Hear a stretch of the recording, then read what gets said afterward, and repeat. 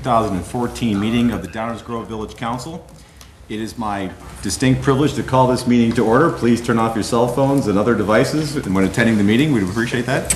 It is our there are copies of our agenda on either side of the room. Feel free to pick one up and follow along with our proceedings tonight. There will be opportunities for public comment, both with respect to items that are on our agenda tonight and also a section called Section 4, Public Comments, which is reserved for comments of a general nature with respect to items that do not appear on our agenda tonight. I will announce in advance one slight difference tonight with respect to item 9B on our agenda, under our first reading agenda. That is the discussion that we notified everyone of last week with respect to proposed amendments to Chapter 5 of the Municipal Code regarding animals and fowl. That discussion will be held across the hall in the committee room. So we will go through the rest of our meeting, and then at the end we won't adjourn. We'll just adjourn across the hall and would invite everyone to join us in the committee room next door so we can have a more relaxed workshop discussion of that issue. So back to the agenda. It is our custom to begin our meetings by reciting the Pledge of Allegiance. So at this point I would like to ask everyone to please rise and join us in reciting the pledge. I pledge allegiance to the flag of the United States of America and to the republic for which it stands, one nation, under God, indivisible, with liberty and justice for all. Thank you very much. And now I would like to ask our fine village clerk, April Holden, to please call the roll. Commissioner Jose? Here. Commissioner Olson? Commissioner Rankin? Here. Commissioner Barnett? Here. Commissioner Neustadt? Here. Commissioner Durkin? Here. Mayor Tully? Here. Thank you very much. That brings us to item 3, which pertains to minutes of prior council meetings. We have one set of minutes to review and approve tonight, and those are our minutes from our regular council meeting that was held on January 7th, 2014. Do any members of the village council have any questions, comments, changes, corrections to those minutes? Hearing none, do I have a motion to approve? So moved. Second. All in favor? Aye. Any opposed? None are opposed? Terrific. And that brings us, just like that, to item 4. Public comments of a general nature with respect to items not appearing on our agenda tonight. If there are any members of the public that have any questions or comments of a general nature with respect to items that we will not be talking about as a regularly scheduled agenda item later in the evening, now would be the time to please come to the podium. The protocol is to give us your name, your address, and we would welcome hearing from you. And I understand that we're going to take one comment with respect to an agenda item out of order because we have a young woman here tonight that needs to attend to something else, and so I've granted her executive privilege to give her comment during item number 4 if there is no violent objection from any of my colleagues. Hearing none, please, welcome. Hi, good night, or good evening, I guess. Good night, you say when you go to bed. So good evening. My name is Maria Ibarra, and I'm a Downers Grove resident on 5712 Hillcrest Road. And I just want to talk about what they are going to discuss about the fowl, about the chickens. And my preference is it's the option number 3 to have the chickens. I haven't had chickens, I have enough being a single mother and raising a child and, being English my second language. It just, everything is too complex, a little more than everybody else. But I had the opportunity to share the chicken pets with another person. And so it was a wonderful experience for my son and for all the kids. And, we named them and we saw them when they were eggs. And, I'm also a school teacher. So the richness that brings to the life of my son and the neighbors. So everybody was delighted that, they had chickens. And then when they put eggs, they would share. Sometimes for me, life was hard. I didn't have enough money to make the ends meet. But my neighbors, they helped me. They would give us eggs. So it's, and also it built community. And I understand that one of the options is that you have to ask the neighbors. But, if I have a dog, I don't ask the neighbors if they like it. Like, I live next door to where the pot growers used to live, that big booth of pot, like over 100 plants.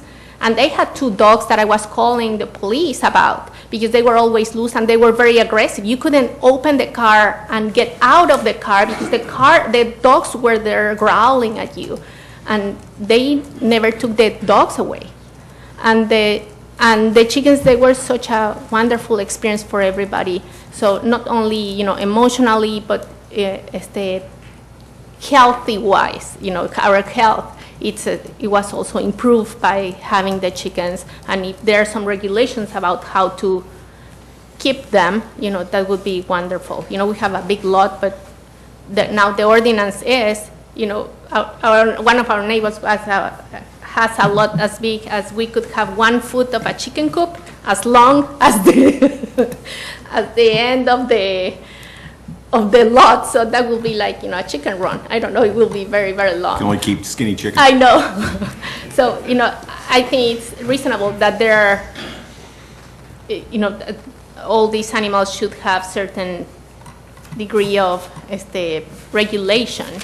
But, like asking my neighbor, asking my neighbor if they want my chickens, maybe you can put regulations about roosters or something like that. Like neighbor, what does that mean? Like 2 blocks down, or should I ask about the gardenias that I'm planting? Or I don't know, it's just very complex with neighbors. It's an easy situation with neighbors. We smile and everything, but you necessarily, you can choose neighbors. Sometimes it's like family, You just have them and you just deal with it, right? Well, thank you very much for your time, and, have a good evening. All right. Thank you very much, and as mentioned, we will be entertaining this item actually next door in a little bit, but we did grant one exception because this resident needed to leave a little bit early. But please, if everyone else could hold their comments about the fowl ordinance until we have our discussion next door, which I will introduce again once we get over there. Other than with respect to any proposed changes to the fowl ordinance, are there any questions or comments of a general nature with respect to items not appearing on our agenda tonight? Mr. Falish, Happy New Year to you. Thanks, same to you, Mayor. Frank Falish, 820 Prairie. On Prairie Avenue, after an early recent snow event, the street was white from overuse of salt. Passing cars stirred up clouds of dust. Now we have had 5 or more days of snow-covered streets where temperatures were too low for the salt to be effective. It appeared we can survive without the use of salt. At least we should be more careful in the use of salt and rely more on removal by snow plows. Salt turns snow into slush, which also can be very slippery. Does Downers Grove have a program regarding the use of salt? Yes. Okay, where can I find the information on that? Generally speaking, at a high level, the snow removal plan is located on the village's website, and if you simply look for snow removal, you'll find it. I don't recall if it goes into the level of when and to what extent and to what quantity. I believe it's actually, is it calcium chloride that is what road salt is, or some version thereof? I'm not sure of the chemistry. I don't know if it gets down to that level, but I'm sure we could provide you with some more details if you'd like. We know where you live. Well, We know how to, I'm kidding. We know how to reach you, Mr. Falish. yeah, but I think they overuse it. This is not the first time this has happened. It happens at least once, almost every season. Every year we do have this conversation, and I will guarantee you, and I'm not suggesting who's right or who's wrong, but every season, for every person that tells me we use too much salt, we have 2 people that tell us we didn't use enough salt.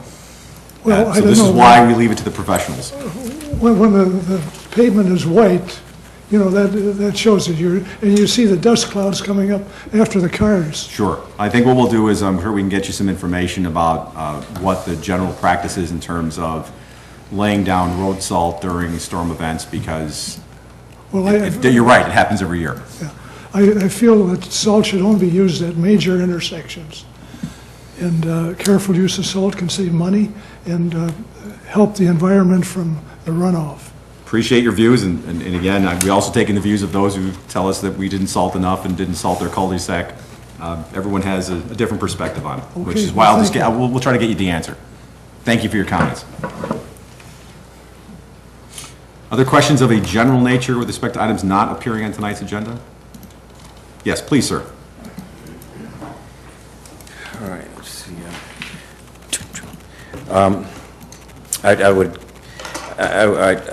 I would agree kind of with the salt thing, for me, May I interrupt you just for a second and ask for your name and address? Oh, please? yes, sorry, I have some other remarks, but my name is Jordan McCarris. I'm a Downers Grove resident at 300 Burlington Avenue. Thank you.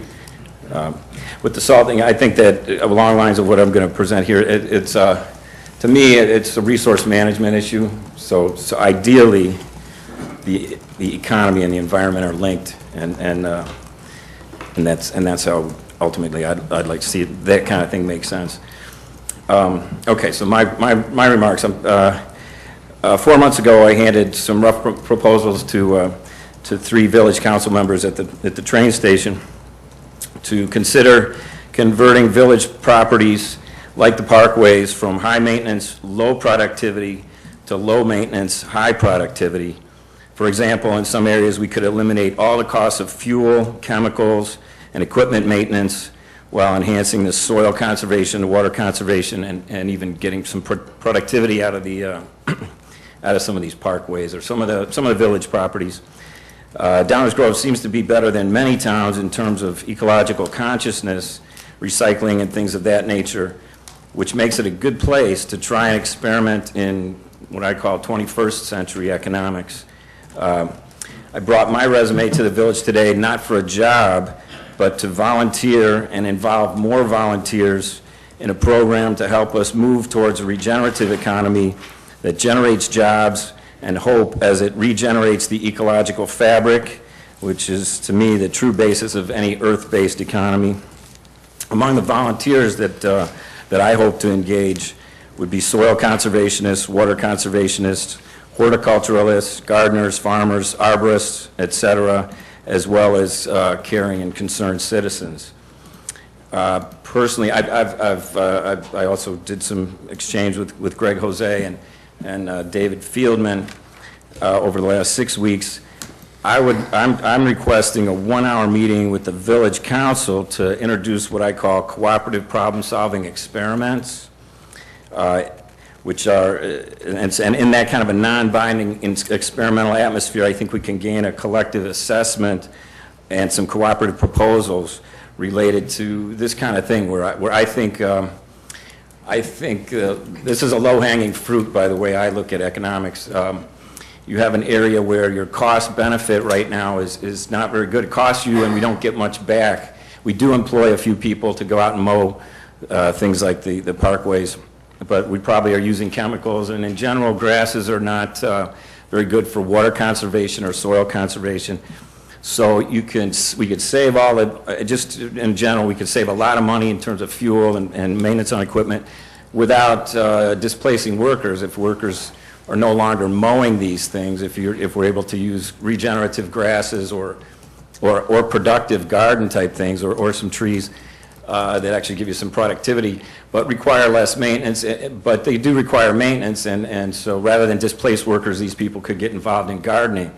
You will be improving your water quality or soil quality. It's a plus where there is a minus. My background is in physics and math and environmental research, and I teach physics and math and advanced problem solving, and I've gotten into what I believe the most advanced problem solving is in cooperative methods.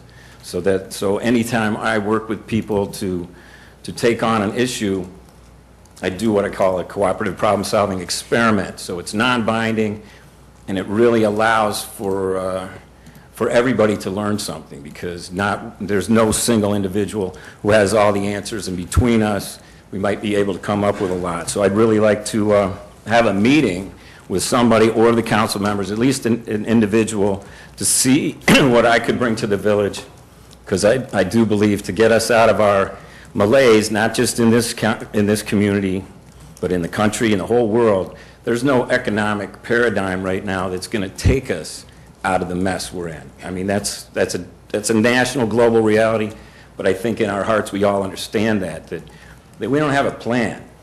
And I think the leadership has to come from communities, and it can come from communities. And Downers Grove is a good community as far as that. You know, they're one of the best around here for recycling and things like that. So I'd like to help as a volunteer, working with other volunteers, working with the village to create a program that starts to create a regenerative element of the economy. And any place where there's a negative trajectory, where you are spending more, if you're just looking at money, but really what we're looking at is a depletion of the resource base. If we're using resources and polluting more than we're getting back, this is not efficient at all. This is negative efficiency. So if you can introduce a program that's even modestly efficient, it is infinitely better. And so what I call the low-hanging fruit, if you start working with the elements that are obvious where we could make significant improvement, before the next growing season, we could, monetarily, we'd be better off, as well as all the long-term benefits you're going to get from soil conservation, water conservation, improved air quality, et cetera, et cetera. So that is the nature of my comments. I've been working on this for years. I would like to try and get something really happening here in Downers Grove where I live and contribute to, and I'd like to contribute more and bring this to the table, have meetings with people in Downers Grove, in the village. I have tried to establish some kind of a meeting, has not been easy, so I haven't done it yet. Sure. So I'm here. It's rare for me because I'm a private tutor. I rarely get a Tuesday night off. But I understand. This is probably my only Tuesday night until June 15th. Well, first of all, thank you for coming tonight, and we very much appreciate and recognize your obvious passion and appreciate your willingness to contribute and dedicate your time. Just off the top of my head, two things that I would suggest. One is we probably have one or two coffee with the council meetings coming up in the near future. I don't know if we've actually solidified those dates and times, but attendance depends on what's going on in everyone's life and depends on what the issues are necessarily, but sometimes we have opportunities there where you may have multiple members of the village council there anyway.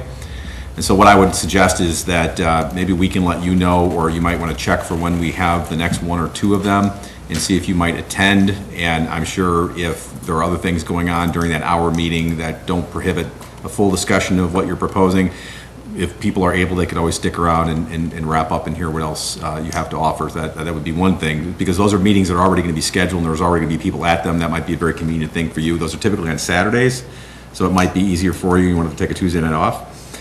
The other thing that I would suggest, if you haven't already done so, as we encourage any residents who have the same level of passion in terms of wanting to get back to the community, is apply for a potential spot or consideration for a spot on one of our boards or commissions. There are a number that I think might lend themselves to some of your talents and your passion. And that, again, is something that's available on our website. And again, I don't know if you have time for it, but it's just something to consider. So certainly, if it made sense in the time, I'd love to do it. While I'm here, it said to make 10 copies, so I made 10 copies of my a version, a roughed out proposal, and has sort of my resume as a volunteer, not for a job. Appreciate that, and I wish I had known, because I would have asked you to send me electronic, and we could have saved the paper. Oh, yeah, that would have been better. I don't know if it said that, yeah. Shoot. Far more efficient. I'm down with that. Okay, so Thank you for being here tonight. We'll be happy to take a look at what you've brought. Okay. So, If you could give that to Mr. Baker there on the end. And then what can I do then to follow up, check the website, or try to I would identify with you. We'll get in touch with you. One of the reasons why we ask for your name and address is we know how to follow up with you. Okay. You can So find we'll get the dates for the next coffees with the council to you, because I think those might present some convenient opportunities. Okay, and, yeah, and I'll stay, I'm going to try to stay for the, Please do. for the foul thing, because to me, the economics that I advocate have all communities creating some form of integrated local farming system, which it goes beyond the 20th century economic paradigms. But, so, bring on the chickens. Terrific. So as long as it's sanitary, bring on the We'll see you next door in a little bit. Thank you again for being here tonight. Any other questions or comments of a general nature from any members of the audience with respect to items that are not appearing on our agenda tonight? Seeing as there are none, we'll move to item 5 on our agenda tonight, which is reserved for council member reports with respect to goings-on within the community. This is an opportunity for council members to report on such things. I'll start with Commissioner Jose. Good evening. Good evening, Mayor. I have no report. Thank you. Commissioner Rankin? I have no report, thank you. Commissioner Durkin? Yeah, thank you, Mayor. I actually have a little report out I'd like to do. I don't know if anyone saw this article. It was in the Sunday Chicago Tribune, Section 1, January 12th paper, and it's in reference to the religious organizations of the city of Chicago receiving a water fee break.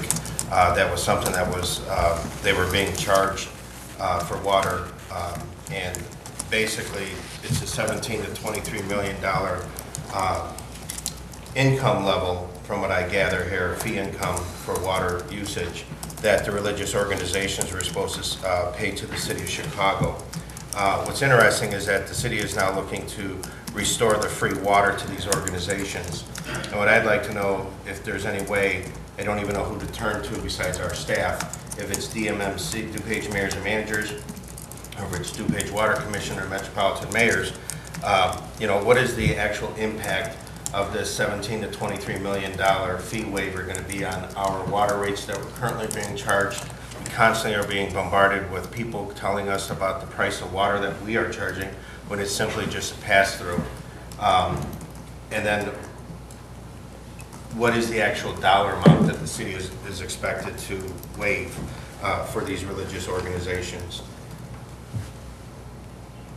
And yeah, that's it. So I have the article. I don't know if I turn it into staff, or I'm sure this is already being reviewed by other organizations, but I'd like to get some sort of information back. And if there's anything we can put on our website just to share this information and what the impacts are, I would appreciate it. Sure, well, we can certainly inquire of the DuPage County Water Commission, which would be a logical starting point, but I will also make sure that, I know what already is, but I'll follow up with you later with respect to the perspective from DuPage Mayors and Managers. Because it does affect all municipalities in DuPage County. Well, I mean, not only us, but anyone who's buying their water from the city. Which is most communities in DuPage County. Exactly. Thank you, Commissioner. Thank you. Commissioner Barnett? I have no report, Mayor. Commissioner Newstat? Thank you, Mayor. We talked about this a little bit last week, but the first annual Pizza Wars of Downers Grove is taking place this Thursday, January 16th, at Downers Grove South High School from 5:30 to 8 p.m. There'll be pizza tastings and a winner announced at 7:30 p.m. Tickets are $10 in advance, $12 at the door. There's going to be some great entertainment by the Rock Academy folks. More information can be found on both the District 99 website and the District 99 Education Foundation website, which is what this event is going to be benefiting. So I look forward to seeing everybody out there to find out who has the best pizza in town.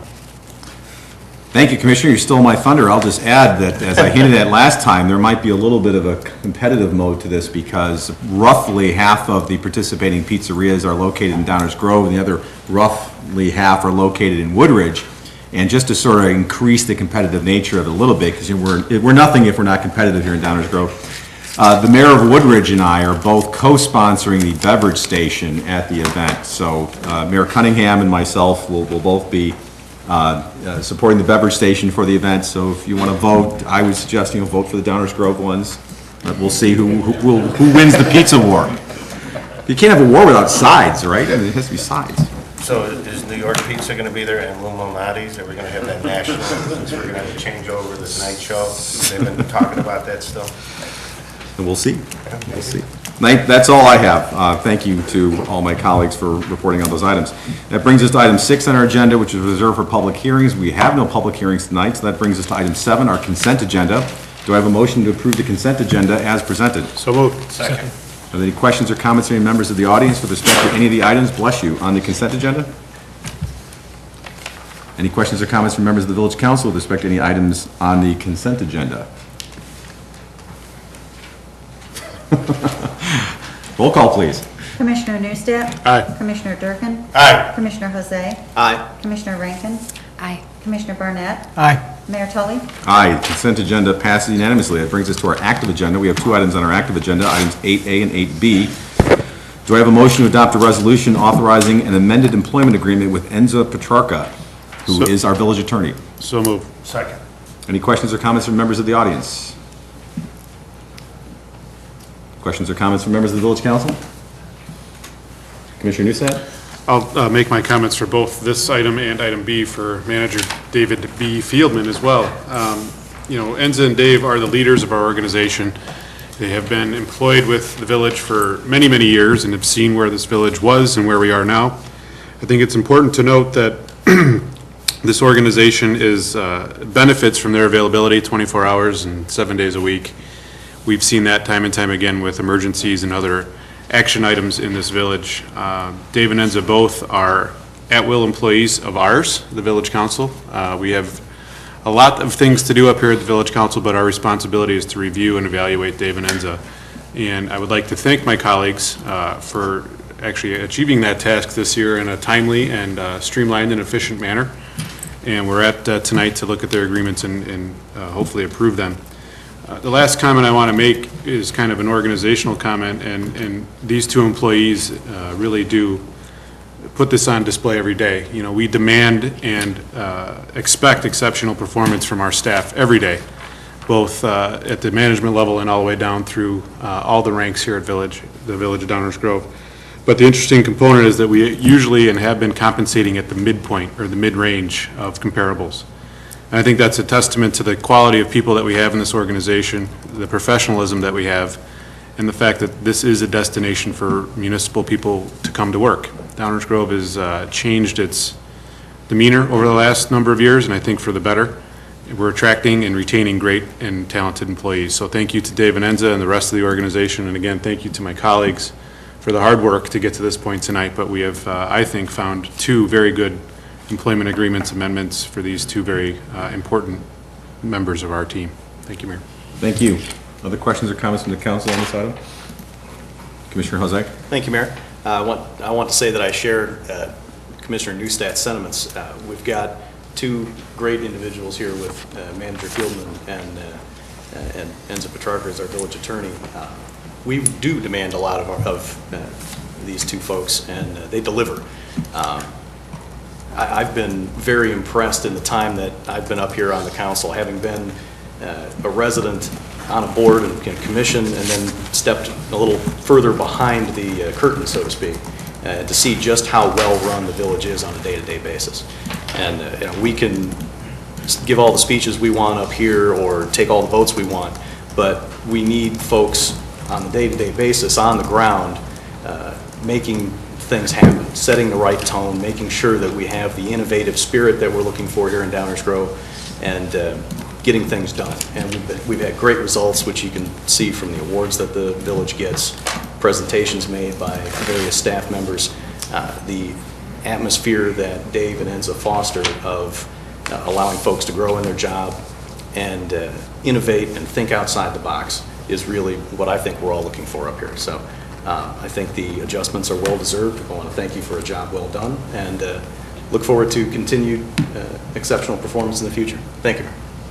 Thank you, Commissioner. Other questions or comments on this item?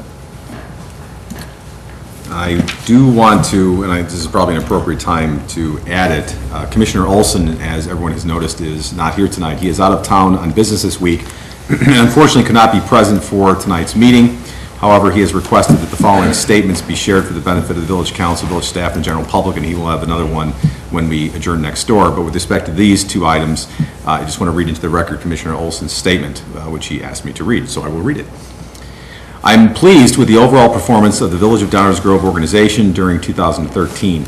Accordingly, I support the amended employment agreements with our leadership employees and look forward to working with them to address the challenges and opportunities our village faces in 2014. So ends the statement of Commissioner Olson. I would just echo the comments that have already been made very capably and ably by my colleagues, and I think we do try to do our best to not only make sure that the two employees that report directly to us and the leaders of this organization are compensated in comparable fairness with their peers in comparable communities, and also recognized for their exceptional performance. And I think that's what we try to do, and I think that's what we've achieved with these two agreements. Roll call, please. Commissioner Newstadt? Aye. Commissioner Durkin? Aye. Commissioner Jose? Aye. Commissioner Rankin? Aye. Commissioner Barnett? Aye. Mayor Tully? Aye.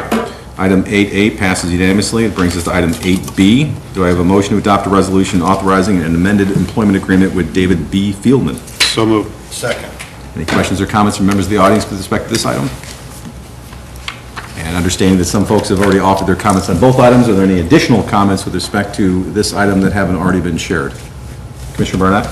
I just wanted to say I'll be voting in the negative on this one tonight, and It's not, unfortunately, it's starting to sound repetitive up here. From me, it's not a commentary on Dave's work or Dave's value to the organization, but rather the structure of the agreement, which is substantially changed as a function of tonight, at least in intention behind its structure. I'm sure there'll be some that argue and try and make a point of the fact that folks work, particularly for us under these two contracts, entirely at risk, but this contract change tonight is not only a change in actual contracted amount, but it's a change in philosophy about how we evaluate and decide on what that amount should be on an annual basis, and it's that change with which I take exception. Thank you, Commissioner. Other questions or comments? Roll call, please. Commissioner Newstead? Aye. Commissioner Durkin? Aye. Commissioner Jose? Aye. Commissioner Rankin? Aye. Commissioner Barnett? Nay. Mayor Tully? Aye. Matter passes 5-1. That brings us to the end of our active agenda and brings us to our first reading, item 9 on our agenda. We have 2 items, as mentioned earlier. The first we will entertain in here for discussion purposes only, and the second one, as mentioned, we will entertain next door in the committee room at the end of our meeting tonight when we adjourn next door. So at this point, I will, as I customarily do, ask staff to please introduce for consideration and discussion purposes, item 9A. And I'm just going to skip right by Mr. Fieldman because I see Mr. Dave Reiner is at the podium, and say good evening, Mr. Dave Reiner. Good evening, Mayor and Council. I actually don't have an introduction to this topic, so I always left that to the village manager. But as you know, there's an ordinance proposed for a comprehensive amendment to the zoning ordinance. And we introduced that, distributed those copies back in December, and tonight is the first of several meetings where we're going to go through the various parts of the zoning ordinance, not necessarily in order, but I think grouped in terms of function of the ordinance. So tonight we're focusing on administration and procedures,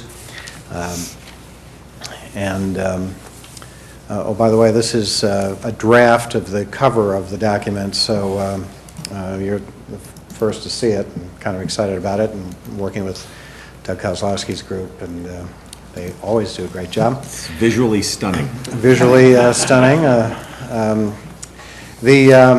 And just for background for people who perhaps haven't been following this as closely as most of us here, there was an RFP over a year ago at this point for a consultant to help prepare the updated zoning ordinance. We did receive a number of proposals, narrowed it down to a few, did some interviews, and ultimately selected the consultant that we have. This is Duncan Associates, probably one of the best-known firms for this kind of work in the country. We do have a representative here tonight in case I get stuck. But I also thought it was valuable that Kirk Bishop be here to hear your comments, concerns, questions directly, because obviously this is still a living, breathing draft document, and better that he hears it directly than have it translated 3 times before he gets it. So he is here tonight. We did have a number of public hearings on this, really beginning in June with the Plan Commission, going all the way through November. The document that you have is basically the document that the Plan Commission voted to recommend be directed to you with a positive recommendation. But at this point, it is your document to make modifications to as you see fit. The goals here were to provide ultimately to provide a simple, attractive, and easy-to-use document. It's based a lot on recommendations from the Comprehensive Plan. The Comprehensive Plan, of course, recognized that Downers Grove is a built-out community. For the most part, it's not the greenfield community that the existing zoning ordinance really was better suited towards supporting. So a lot of the changes that we have reflect that particular nuance. It does reflect a lot of the changes that staff has been kind of accumulating over the years. There are consistency issues, there are just updates, there are best practices that have all been taken into consideration in the draft that you have before you. And probably those 4 bullet points that are shown on the screen. Somewhere in those 4 is the answer to any question you might have about why did you make that change. So we'll just keep referring to those. If I shout bullet, that's what it's about, okay? You just want to give them a number so you can just put Yeah, up the maybe I number should of do that. fingers. Okay, it's 1, 3, 4, yeah, that's a good idea. And again, there are more graphics in this document, there are more tables, making it easier to use. There are hot links, so you can click through from section to section on the related items. There is a table of contents, and that table of contents I'm going to use tonight to highlight the 4 articles that we're going to focus on tonight. I'm at the tail end of a cold, so if I lose my voice in the middle of this, that's why. The introductory provisions, of course, the zoning ordinance, the sign ordinance, there's not a lot of changes there, but I do have one that I'm going to mention. The administration and this is making Dave nervous because he didn't know I was going to change anything there, but it's really pretty simple. The administration and enforcement item, and actually it's, I just highlighted the wrong thing. Review and approval procedures, which is Article 12, and then Article 13, administration and enforcement. And the presentation tonight is based largely on the concordance of notable changes, which was also included with your document last month. It is available online as well. And so I'll be referring to kind of a mini version of this as I go through. Could you just pause for a moment so everyone is familiar with what the concordance of notable changes, which sounds like it's something out of the Legend of Zelda, but maybe you could explain what that is and what the purpose of it is for that user-friendly category? This is a document that really helps to show where the changes in the proposed document are, where they were located, where they can be found in the current document, the kind of a summary of the proposed change, where the equivalent was in the current zoning ordinance, the old and / current zoning ordinance, the page number there, section number, things like that. A very brief description of the rationale for the change, and then if it had a source in the comprehensive plan, we included a page number there. So it's really a very useful document in terms of helping to make that link between public involvement, the comprehensive plan, and then changes in the zoning ordinance, which really is a way to help provide probably the strongest foundation for a zoning ordinance when you can draw those links. So we have that. It's not actually part of the zoning ordinance in the end, but it is will probably always be a useful document for us to refer to as we go back and do research on items. Thank you. With that, I'll just jump right into some of the changes that are being proposed. First of all, section 1.110, it indicates that the zoning maps may be published digitally. Now, that's something that we already do, but it's not actually officially recognized in our existing code because publishing digitally wasn't something possible in 1965. So this is really just a modernization. Nothing too jarring there. I think 1.120, there are some provisions to help clarify the transition from the old ordinance to the new zoning ordinance, and those are really necessary when you're doing something like this. Very briefly, I mean, it looks at anything that's approved in this interim and underway as being following the old ordinance, and it stays approved under the old ordinance. Old violations, same thing if they're in process, unless, of course, the zoning ordinance recognized the need to change those. But anything in court would stay in court and be discussed at that point. So that's really, in a nutshell, what those transition sections deal with. I'm going to have to try to remind myself every once in a while to just pause and look at you and see if there are any questions along the way. Aha.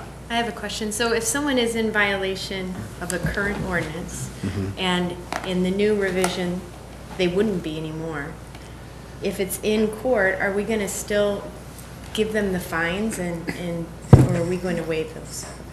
No, if we're pursuing a violation that exists now that we're actually proposing to change in front of this council, we would hold off any enforcement until we get a ruling from the council. And then if that ruling or the adoption of the zoning ordinance would make that situation compliant, we would of course drop the case. But we would continue to use our customer service approach in any situation like that. Any other questions before I move on here? No? Not at the moment. All right. Under Article 9, which is the sign section, we are simply changing the phrase Code Enforcement Department to Community Development Department to recognize, see, you're not so nervous anymore, are you, Dave? That's just a recognition, obviously, of the department that's overseeing that process. That is the only change proposed for Article 9. Article 12 has a number of changes. Some of these you'll probably want to discuss. Section 12.010C formalizes something that we're calling a neighbor communications notice tool. To a certain extent, I kind of wish this was done in a different order, because the rest of this section of this article, Article 12, refers back to 12.010C in several places. But this is something that actually we've used, this tool is something that we've used successfully on kind of an ad hoc basis over the last couple of years, where a significant proposal has come in, and we knew that there might be some interest in, in the neighborhood, and we've said, look, hold a neighborhood meeting and explain your project, get some feedback. It might change it, maybe it's just an informational meeting, but do that. So what we did is say, we'd really like to formalize this process, and there it is. And I'm not going to go through all of it, but it is there. It includes really a formal purpose and applicability, and then it explains. We asked that a summary report be provided after the meeting is held, so that that's part of our record. And when are we going to mandate this?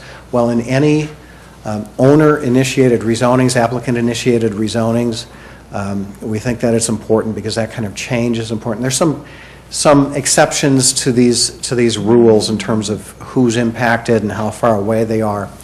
But new telecommunications towers, and then other cases as required. We think this is really an effective way of reaching out to neighbors that would not necessarily be contacted with our current 250-foot notification requirements, the written notification requirements. I'm going to talk about that in a second. But this gives us a chance, for example, with the, let me just use as an example the SLIF that was approved not too long ago for along Lacey Road. When you draw that 250-foot circle around that location, really to the west and to the northwest, there are no people. There might be one or two or three property owners, but you're really not affecting a lot of people. There are more people to the east, more residents to the east, more property owners to the east. Wouldn't it make sense if we said, look, as part of your outreach, instead of just 250-foot notice, which we would require, and again, I'm going to talk about that in a second, wouldn't it be wise if you held a neighborhood meeting and really focused on maybe 300 feet to the east or 400 feet to the east, or we could take a look at the affected area and say this makes sense in terms of how far out one direction or oblong or rectangular or however we want to define it, to reach out and make those contacts and have that neighborhood meeting. And and maybe it's 1,000 feet. It gives us a chance to really define the impact area there. With that said, I think if I move on, it might help to, we might cover more effectively the entire notice discussion that some of the changes that are being made here, if that's Sure, all right. sure. But I think we understand it, that what you're really trying to achieve there is right-sizing the sphere of notification, if you will, Right. which goes with the concordance of notable changes. Exactly. And the second item for Article 12 of notable changes is found in 12.010G, and this would increase the notice, the written notice radius, which, as I've mentioned now several times, is 250 feet currently. And what we're proposing would be 250 feet, but not including street rights-of-way. And I'll show you a picture in a second. This reflects some of the discussion that was had a few months ago by the council. And it also reflects some research that was done to find out what other communities are doing in the area, and we liked some of what we saw. So what we're proposing again is 250 feet that does not include the right-of-way, and you'll see solid red lines here, which is the 250 feet being measured, and then the dashed lines, which covers the right-of-way, and this means that it's reaching out farther. This diagram, which shows how to calculate it, is included in the draft comprehensive plan, but to show more effectively how this would improve the outreach, I've colored in blue here the new properties that would be noticed in this particular diagram. So under the current regulation for written notification, we would be contacting the property owner that's darkened right in the middle, would be contacting about 50 properties around, located around that center property. Under the new plan, they would add 51 to that if this were an R4 district, for example. And that would bring that total, if you just do the raw count, now you're up to 101. So that it just about doubles the number of property owners that are reached out to with a particular change. So we think this is an effective way of doing this. I think it's especially helpful if you're across the street from, arterial streets, which tend to be a little bit wider. It gives a chance to really reach out. I think with that, I'd be happy to try to take some questions about the outreach changes. Commissioner Newstead? I just have a question for Commissioner Jose. Is this is similar to what you were trying to talk about before we started the planning or the zoning ordinance change? The two pieces that Tom's just talked about really working together are accomplishing much of what I was looking for. From your experience on the Plan Commission, that's something that you were asking the council to consider a wider notification system? Correct. Okay, great, thanks. I did just have one question. In terms of the neighborhood meeting and sort of defining the neighborhood, do you have an idea of how you might stretch or shrink that given the different situations? I'm wondering if you envision an outside boundary or an inside boundary. We have not really considered an inside boundary and outside boundary. I think what we're looking for is a tool that gives us some flexibility, a good amount of flexibility, so that we can recognize the potential impacted areas, or the neighborhood who thinks that they will be impacted by something, by a particular development. Now, the attorneys around here will caution me and say, well, look, Tom, you've got to find some way of defining it consistently so that it doesn't appear to be arbitrary.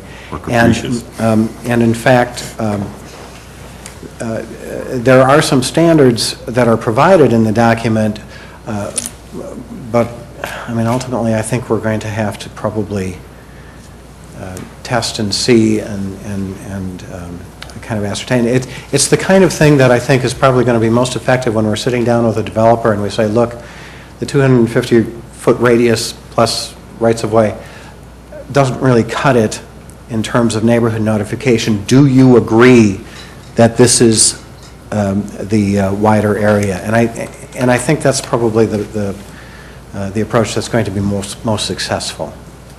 Outside of the mailed notification area, how do you envision notifying the people of the neighborhood meeting? We would, well, as we've been doing, we ask the developer to do that and then to provide that that list of their notifications to us. So we actually would give them the list, but we want some confirmation in the form of a statement, an affidavit, that they have made that notification. Is there a requirement as to whether it's mail or hand-delivered or what have you? No, not in the ordinance. And I think to a certain extent, as long as the outreach is there, I think that's really what we're trying to achieve. I think you kind of answered my question, where some municipalities leave it up to the petitioner to determine that area. You're going to be giving them a list for the notification area and then also a separate list for a neighborhood meeting, if that's... Yeah, we do that now. We have the current addresses. that. Other questions on notification? I think we'll just jump in. No one's shy. All right. Please proceed. Let's see here, 12.020,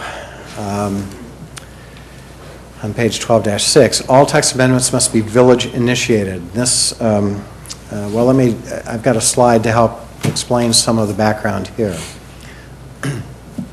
So why would we have this requested change? First of all, the private entity would seek support or interest for a text amendment through the council. So it's not something where all of you are responsible for dreaming up a text amendment. We simply are suggesting that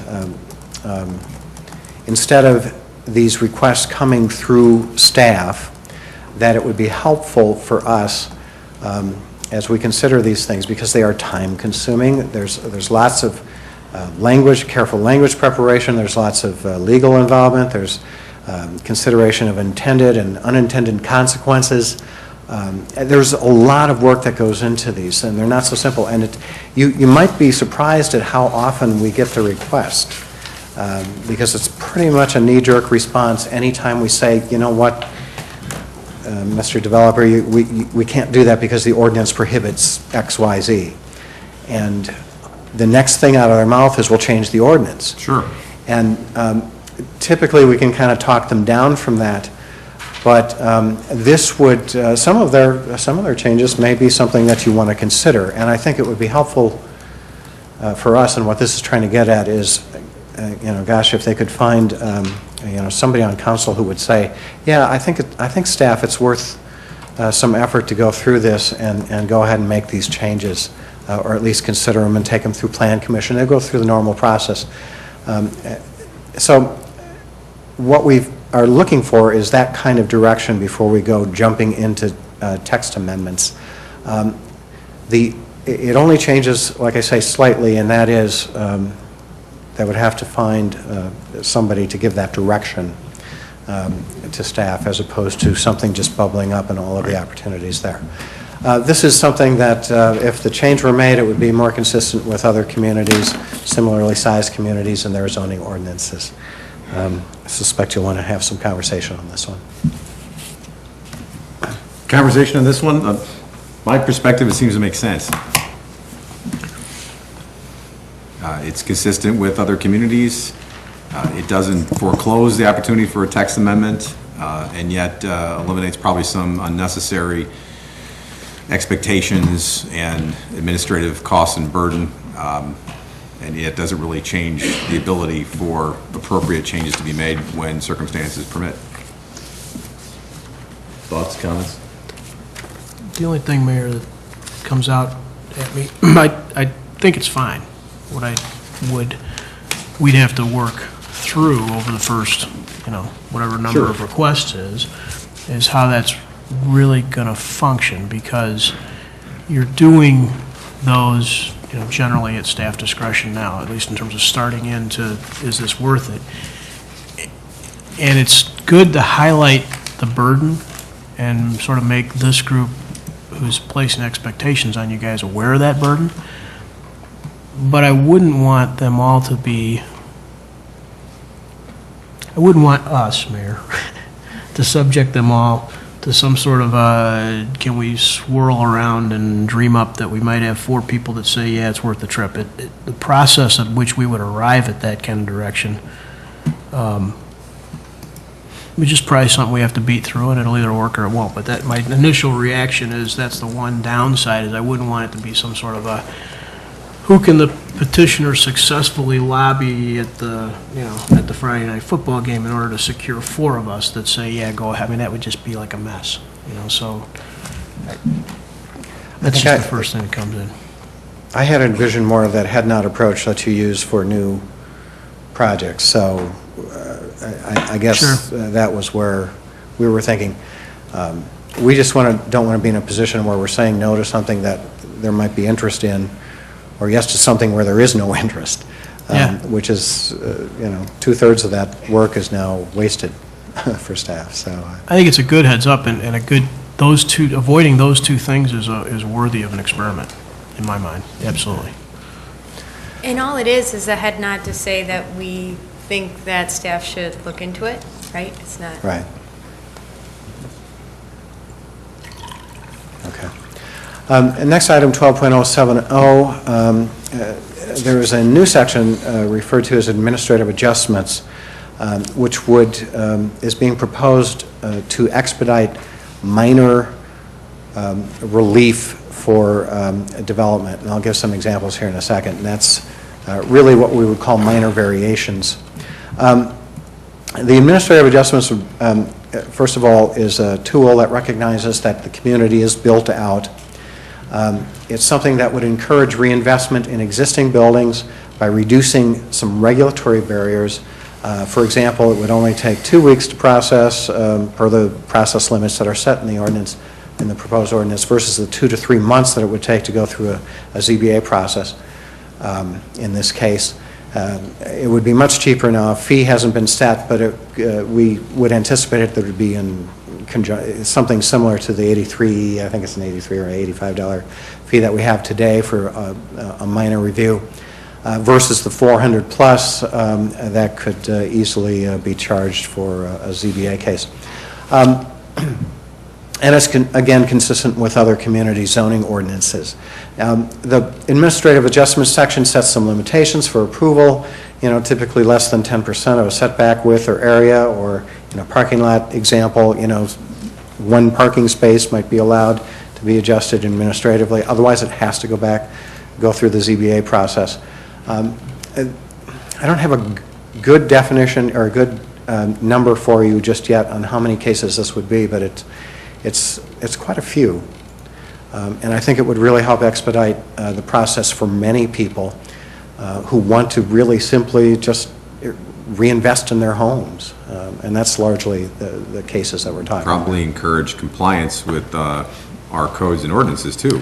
Sure. Because there would be less incentive to try to skirt them. That's right. Not that anyone would consider doing that, but hypothetically speaking.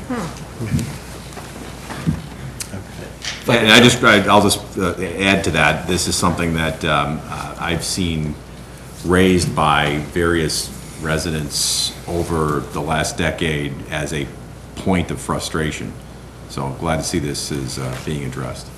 Yeah, and I'd also like to say that I think this is a good idea, and we saw with something similar in terms of eliminating lot consolidations in front of the Plan Commission, how it can expedite the process for applicants who no longer have to go through the time and expense of that hearing, but also keep from clogging up the Plan Commission's docket so that they've got more time to talk about the larger developments. And I think the same is true when it comes to the zoning board. I'm going to throw a little bit of a monkey wrench into things, though. You mentioned that you were only making 1 change to the sign ordinance, and I haven't mentioned this to anybody because it came to me while we were sitting up here. But I wonder about the administrative changes on setbacks and whatnot, and whether something like that would make sense to apply to the sign ordinance in terms of how much, where the sign has to be located. So I don't know that anybody's interested in that. I thought I'd throw the idea out there and see if the cat picks it up. So we have some information about the upcoming sign ordinance compliance deadline, which is May of this year, and we're just about ready to send notices to any owners of signs that are non-compliant.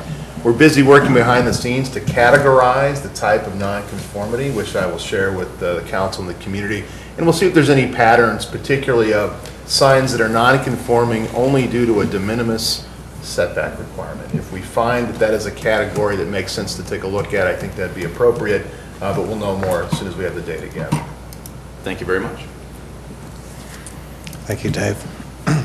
The next two changes I'd like to talk about together because I think first of all, they're both in 12.090B, and I think they do work together. First of all, the first one would be that variations only be processed through the Zoning Board of Appeals. And the second part of this is this section actually broadens the list of eligible variations. So let me just highlight a couple of these things. First of all, I thought it might be helpful just to very quickly help define for everyone a variation and its role and how we go about it here today, granting variations. Variation is a grant of relief from strict compliance with the zoning ordinance. And it's based on court-tested standards which are used to establish unique characteristics and physical hardships associated with the subject property. These court-tested standards actually spend a lot of time not talking about granting variations for mere convenience or for cost. Those are explicitly left out of the standards. These standards are handed to us, and every other community. They're adopted almost word for word across the state of Illinois, one form or another, but pretty much the same language. The granting of these variations, here's the catch with variations. The granting of variations without consistent application of these standards could result in the weakening of the zoning ordinance, of that aspect of the zoning ordinance, whatever the variation is for. Or if it's repeatedly granted in one form or another, it kind of has the effect of rewriting the ordinance. It may have that effect. And in fact, when we go back and take a look at some of the changes that staff was requesting in this whole zoning ordinance amendment process, some of those came from tracking what are the frequently granted zoning variations and saying that's a sign to us that maybe a change is needed. Right. That's what I'm getting at there. In effect, it did cause that to change. Well, in Downers Grove, variations are handled two ways. The Zoning Board of Appeals is a quasi-judicial board that's been established and trained. We just spent some time training them to apply the standards, and those standards are measured in terms of the zoning district as well as the neighborhood context. We also allow the Plan Commission currently to grant variations as part of their development review process, and they consider those standards within the context of each proposal, and a little bit less emphasis on consistent application. They look at it proposal to proposal to proposal as opposed to neighborhood district, neighborhood district, neighborhood district, and impacts there. So they have a slightly different approach as they go through this. And so some of the things that we're concerned about is applicants should be able to challenge, we think, more elements of the zoning ordinance. We think, and in fact, we only have 2 pages where we list the eligible parts of the zoning ordinance that can be appealed to the ZBA. We think it should be a broader list, and the proposed, the draft zoning ordinance does that. We're concerned that limiting the types of relief that can be sought by an applicant, really needs to be addressed. Also, we're concerned about consistent application of these court-tested standards and some of the impacts if they're not applied consistently. So the draft ordinance proposes to broaden the number of authorized variations to include nearly the full ordinance. That 2-page list starts in section 28.1802, by the way, of the current ordinance. And it also proposes that all variation requests, except those that are eligible for administrative adjustments, proceed through the ZBA and as the authorized board established to apply those standards consistently. So that's what's being proposed here. Up for grabs. That just seems to make good common sense, because we have historically said, or at least as long as I've been involved, talked about how, I I don't want to muck things up by talking about exceptions, but variations and exceptions should be granted where they make sense. And limiting them to a two-page list inhibits your ability to do that where it doesn't actually make sense because of an arbitrary barrier that won't even allow you to consider it. And then the other side of that is, or the bookend to that, of course, is that there is equal and consistent application of what the standards are for what it is that makes sense. So I think this is a very good development and advancement in what our code provides. I think will be of great assistance. This is an issue of customer service and efficiency, and I think, you know, we're in the first night of many discussions about the zoning ordinance, and I think this topic makes more sense when you see a pattern of a zoning ordinance that allows more flexibility for existing non-conforming situations, more customer service-friendly approaches to zoning. And when you think about that, it means probably fewer variations requested in the first place. Right. So this is something in context as we make it through the next 2 or 3 weeks. Maybe we could come back and revisit if this makes sense in the context of the entire ordinance that's proposed. Right, but where they are requested, you have the ability and flexibility to grant them where it makes sense, and you know what makes sense means because you have a consistent, well-established set of standards. But we are talking about the possibility of someone going to 2 hearings rather than 1, whereas right now they would go strictly to the Plan Commission. So it has customer service aspects to it, but it also takes away on the other hand. Depends on whether you're on that two-page list or not. Right, there's some trade-offs involved here in consistency of the application of the ordinance versus efficiency of getting through somebody a review and approval process. And this is one of those truly what fits best for our community. In the last 2 decades, we've done it both ways here in Downers Grove. So it's just whatever fits in the context of the overall ordinance. And then we're also talking about, you know, to tail end of what you're saying, increased costs for the petitioner. Could, yes. Because Yes. time costs money plus fees. Okay. Yes. Okay, with that, we'll move on to Article 13. We have one item here, 13.020. This clarifies the list of eligible zoning violations and penalties, and we think this addition actually is just good practice, and some of it is sourced, can be found in the comprehensive plan. Currently, the language for this is at the front end of our zoning ordinance at 28.103. And really, it says very simply, any person violating any provision, ... is in trouble. So, I'm paraphrasing. And really, it says that enforcement comes with fines or court action. The new language, as proposed, would be a little bit more clear, I think a lot more clear for staff as well as for applicants or those who have violated some aspect of the zoning ordinance. So this starts out by saying unless otherwise expressly allowed, and we know that that's the case. There are federal laws that supersede what we do, state laws, county, you know, there are aspects of our own ordinance that may supersede a portion of the zoning ordinance that may have been violated. So I think that's a really important clarification to add. Then there's a list of 9 ways to violate the ordinance. I'm sure we could have thought of more if we worked at it, but there is a list of 9 ways to violate the ordinance, and that's found right in the document. I think that's helpful in terms of, you know, I think about our code enforcement officers who have to go to a site and figure out, okay, how does this violate the ordinance or not? And then they have to explain it in court, and I think this is something that's going to help. The remedies are also added and really expanded on. It includes fines, it includes liens on the property, it includes withholding permits, revoking permits, it includes stop work orders, confiscation of the illegal signs, and I'm not talking about the 2-ton illegal signs, we're not going to go and remove those. I'm talking about those you know, those paper things that get stuck in the rights of way, things like that. We want to make sure that it's clear that we have the right to... I'm not familiar with those kinds of signs. I don't know what you're talking about. That's a good answer.